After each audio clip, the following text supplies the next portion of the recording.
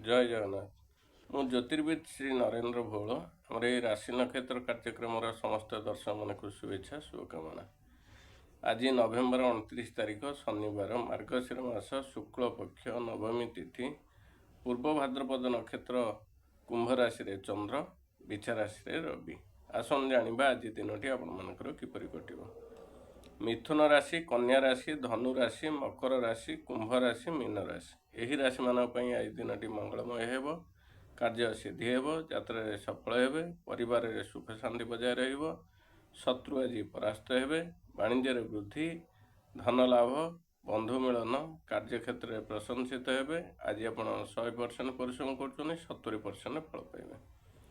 ତାପରେ ଆସିବା ମେଷ ରାଶି, କର୍କଟ ରାଶି, ସିଂହ ରାଶି, ଏହି ରାଶିମାନଙ୍କ ପାଇଁ ଆଜି ଦିନଟି ମଙ୍ଗଳମୟ ହେବ ନାହିଁ। କାର୍ଯ୍ୟ ହାନି, ଯାତ୍ରାରେ ବିଫଳ, ପରିବାରରେ ଅଶାନ୍ତି, ମନମାଳିନ୍ୟ, କାର୍ଯ୍ୟକ୍ଷେତ୍ରରେ କାର୍ଯ୍ୟଚାପ ବୃଦ୍ଧି ପାଇବ, ଶାରୀରିକ ପୀଡ଼ା ପାଇପାରନ୍ତି, ମାନସିକ ଦୁଶ୍ଚିନ୍ତାରେ ଦିନ କଟିପାରେ, ଶତ୍ରୁ ଆଜି ପ୍ରବଳ ହେବେ, ବାଣିଜ୍ୟରେ ହାନି, ଦ୍ରବ୍ୟ ନାଶ, ଧନ ନାଶ, କାର୍ଯ୍ୟକ୍ଷେତ୍ରରେ ଅପମାନିତ ହୋଇପାରନ୍ତି, ଯାନବାହନ ଚଳାଚଳରେ ସତର୍କତା ଅବଲମ୍ବନ କରନ୍ତୁ। ଆଜି ଆପଣ 100% ପରିଶ୍ରମ କରୁଛନ୍ତି, 30% ଫଳ ପାଇବେ।